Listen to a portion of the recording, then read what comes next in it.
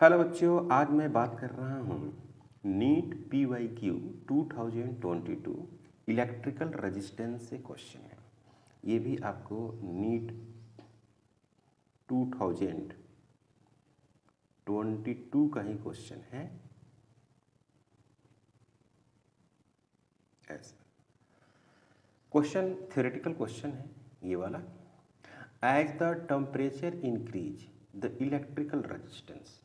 कह रहा है कि अगर टेम्परेचर को आप बढ़ाते हैं तो इलेक्ट्रिकल रेजिस्टेंस में क्या होता है। तो अगर हम बात करें कंडक्टर की यहाँ पर, क्योंकि ऑप्शन में कंडक्टर और सेमी कंडक्टर है। अगर कंडक्टर की बात करेंगे तो रेजिस्टेंस को बढ़ाते हैं, है ना। रेजिस्टेंस नहीं, पहले टेम्परेचर लिखिए। अगर आप टेम्परेचर को बढ़ाते हैं तो रेजिस्टेंस बढ़ता है और उस मटेरियल की रजिस्टिविटी भी बढ़ती है। जैसे कि आप पढ़े हैं ऐसे R2 = R1 1 प्लस अल्फ़ा और डेल्टा टी, इस तरह का आप फार्मूला पढ़े होंगे। Delta T temperature difference, alpha coefficient of resistance, R1 temperature at T1, R1 resistance at temperature T1 and R2 resistance at temperature T2। इस तरह से वैल्यू होता है। उसी तरह से ρ2 का भी होता है। ρ2 = ρ1 1 प्लस अल्फ़ा डेल्टा टी। तो ये ρ2 है, आई ρ1 है, तो इनिशियल टेम्परेचर है। तो इनिशियल टेम्परेचर में ये वाली जो क्वांटिटी है वो तो बढ़ा रही है वैल्यू को ना। ये जो क्वांटिटी है वो क्या है, चाहे ये वाली जो क्वांटिटी है, ये वाली क्वांटिटी वो क्या है, वो ग्रेटर देन जीरो है कि नहीं। ग्रेटर देन जीरो है। आप समझ रहे बात को। इसका क्या मतलब हुआ, ग्रेटर देन जीरो, या 1 भी कह सकते हैं कि 1 से बड़ा, चूंकि 1 में ये जुड़ा हुआ है ना, तो 1 से बड़ा है। तो 1 से बड़ा है तो इसका मतलब है कि इसका वैल्यू क्या करते हैं, बढ़ते हैं। That is temperature of conductor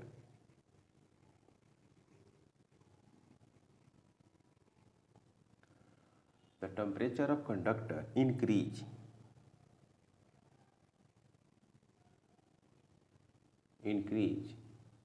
so resistance increase। इसका मतलब यही हुआ। सही है बच्चों। इसका मतलब ये हुआ कि अगर टेम्परेचर बढ़ता है तो रेजिस्टेंस भी क्या करेगा, बढ़ेगा। ओके, दूसरा बात करते हैं क्या, semi conductor.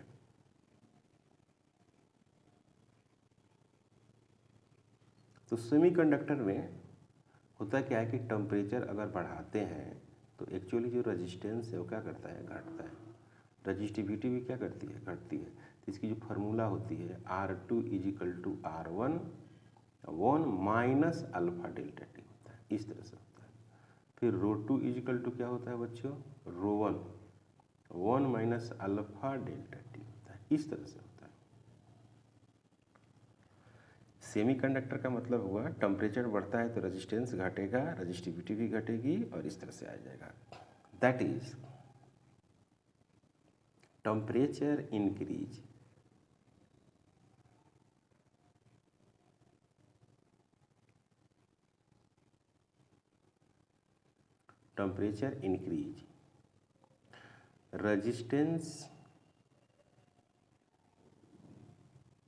resistance of semiconductor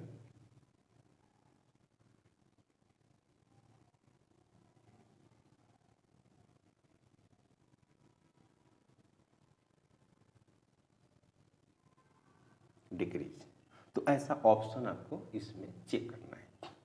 increase for both conductor and semiconductor. ये कह रहा है कि टेम्परेचर जो बढ़ेगा तो दोनों बढ़ेगा, मतलब कि कंडक्टर का भी रेजिस्टेंस और सेमीकंडक्टर का भी रेजिस्टेंस। तो गलत हो गया। Decrease for both conductors and semiconductor कहने का मतलब है कि अगर टेम्परेचर बढ़ाते हैं तो रेजिस्टेंस जो होता है वो सेमीकंडक्टर का और कंडक्टर का दोनों का घटता है, ये कहना चाहता है, जो बिल्कुल गलत है। Increase for conductor but decrease for semi conductor, तो ये सबसे अच्छा है ना, तो यही आंसर होगा। Okay, two resistors of resistance 100 ohm and 200 ohm are connected in parallel in an electrical circuit, then the ratio of thermal energy by developed in 100 ohm to that in 200 ohm in a given time। तो इसमें क्या करते हैं बच्चों कि given time T मानते हैं, given time जो है वो टी है और दो वायर है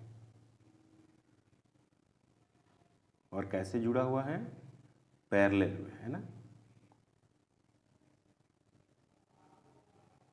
पैरेलल में जुड़ा हुआ है बच्चों। क्लियर। तो यहाँ पे अगर हम बात करें कि ये कितना है 100 ओम और ये कितना है 200 ओम, तो 100 ओम टू 200 ओम की बात कर रहा है, तो इसका नाम है R1, इसका नाम है R2। तो इसमें क्या होगा, पोटेंशियल कांस्टेंट होगा।